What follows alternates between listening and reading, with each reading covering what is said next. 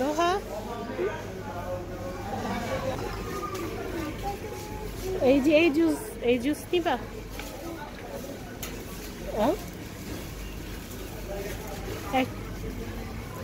আমি ওয়ান দিব।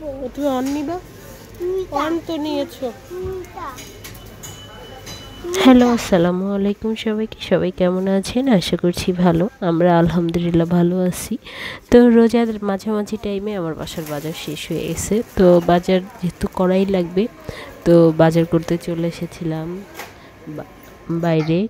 তো এখানে বাসায় আসতে আসতে মানে বেশ লেট করেই ফেলেছি রান্নাঘরে এসে ইফতারি বানানোর জন্য। আর এই হালিমের প্যাকেটটা আমি 1 বছর আগেই কিনছি, মানে এই মাসের মধ্যে যদি আমি না খাই তাহলে এটা ফেলে দিতে হবে, এক্সপায়ার ডেট চলে যাবে।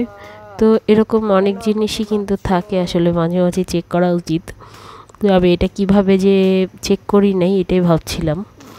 তো এখন হালিমেরই প্রিপারেশন নিচ্ছি, যদিও মাথায় ছিল না আজকে হালিম বানাবো, কিন্তু এর ডেট দেখে বানাইনি আর কি। তো এখন এই হালিম বানাচ্ছি। আমাদের বাসায় খুব যে পছন্দ সবার হালিম এরকম না, এই জন্যই বানানো হয়নি। তো এখানে আমি একটু আলাদা করে আগে মাংস ভুনা করে নিব।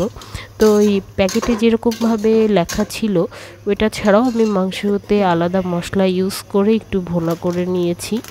আর এখানে যেভাবে প্যাকেটে যা গায়ে দেয়া ছিল গরম পানিতে ভিজিয়ে রাখতে হবে, ওইভাবে ভিজিয়ে রেখে বানানো প্যাকেটের মশলাটা ইউজ করে। তো এই তো মানে ভাবছিলাম যে শর্টকাট কি বানানো যায়, তো ভাবলাম যে হালিম দিয়ে পরোটা খেলে ভালোই হবে, যেহেতু আমরা একটু ইফতারিতে একটু হেভি খাবার খাই, তো হালিম আর পরোটা ভালোই হবে, এই চিন্তায় হালিম বানানো। আর পরোটাগুলো এদিকে ভেজে নিচ্ছি একটা একটা করে।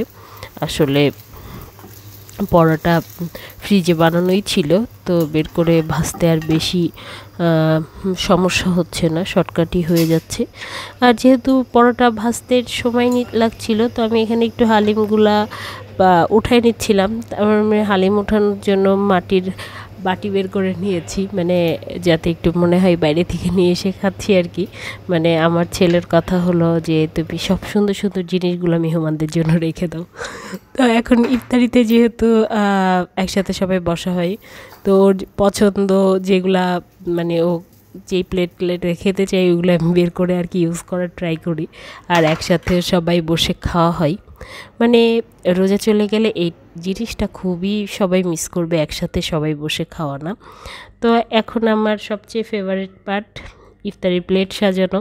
মানে এই জিনিসটাও খুব খারাপ লাগবে, মানে একই প্লেটে সব রকম খাবার নিয়ে পরিমাণ মতো দিয়ে একসাথে বসে খাওয়া। তো আমি এখানে একটু প্লেট করে নিচ্ছিলাম সবার, যাতে ইফতারির সময় গোছানো প্লেট পাওয়া যায় যার যার সামনে। তো এখানে সব কিছু দিয়ে নিচ্ছি। আর হালিমের জন্য আমি পেঁয়াজ কুচি, শসা কুচি, তারপরে কাঁচা মরিচ কুচি, ধনেপাতা কুচি সবগুলা কেটে আলাদা আলাদা করে রাখছিলাম, এখন এই বাটিতে দিয়ে দিব আর কি। আর এই যে লেবু দিয়ে দিচ্ছি। আর পরোটা, তো হালিম পরোটা একটা রেস্টুরেন্টে খেয়েছিলাম, ভালো লেগেছে, তারপরে থেকে এইভাবেই খাওয়া হয়। আমার কাছে খালি খালি হালিমটা খুব একটা ভালো লাগে না। তো আজকে এই ছিল আমাদের ইফতারিতে, আশা করছি ভালো লাগবে। আল্লাহ হাফেজ।